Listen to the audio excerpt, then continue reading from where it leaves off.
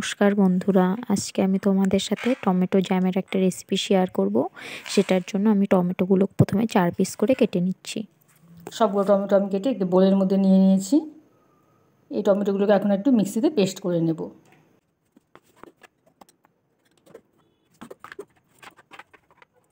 এখানে 2 kilo tomato আমি নিয়েছি। আমি একটু ছাঁকনির মধ্যে টমেটোটা একটু ছেঁকে নেব। শুধু টমেটোর জুসটা নেব, বাকি ছাবড়াগুলো ফেলে দেব।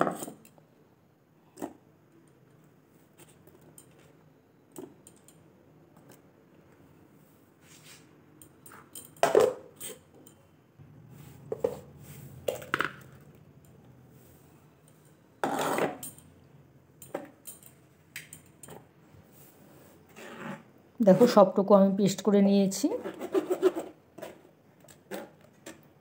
জুসটাকে আমি একদম বের করে নিচ্ছি।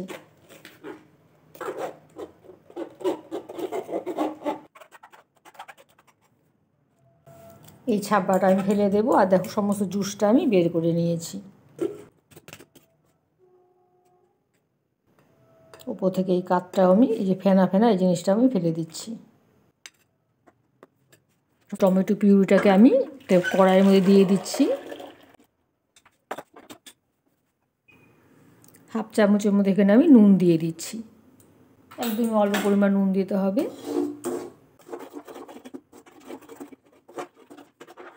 টমেটো পিউরির কালারটাকে ভালো আনার জন্য আমি এখানে একটু বিটরুট গ্রেট করে দিয়ে দিচ্ছি। একদম অল্প পরিমাণ বিটরুট গ্রেট করে দিয়ে দিচ্ছি।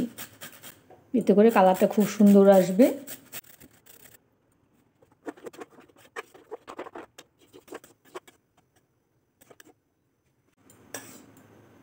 জাল দিতে দিতে দেখো অনেকটাই ঠিক হয়ে এসেছে, পরিমাণে অনেকটাই কমে এসেছে। এখন এর মধ্যে আমি চিনি দিয়ে দিচ্ছি।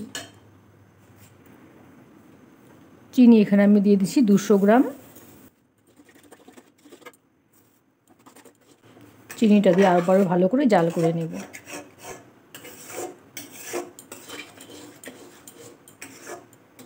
কালারটা দেখো কতটা সুন্দর এসেছে। এখানে আমি কোনো ফুড কালার ব্যবহার করিনি।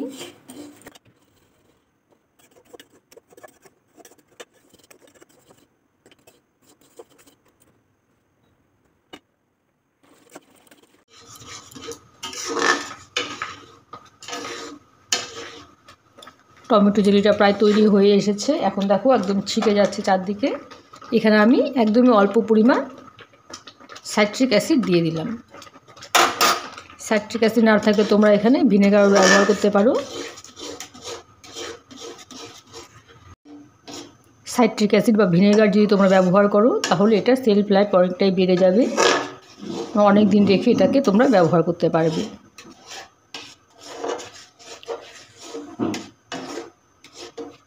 দু মাসের মতো এটা তোমরা নর্মাল ফ্রিজে রেখে খেতে পারবে।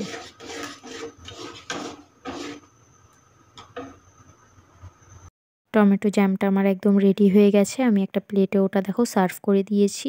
আমি এটা ঠান্ডা করে আধা ঘন্টা পরে সার্ভ করলাম, সেই জন্য দেখো এটা আর একটু থিক হয়ে গেছে। আমার এই রেসিপিটি তোমাদের কেমন লাগলো জানাবে। আমার চ্যানেলটিকে সাবস্ক্রাইব করে দিও আর লাইক কমেন্ট দিতে ভুলো না। ঠিক আছে বন্ধুরা, আজকের মতো এখানেই রাখছি। টাটা।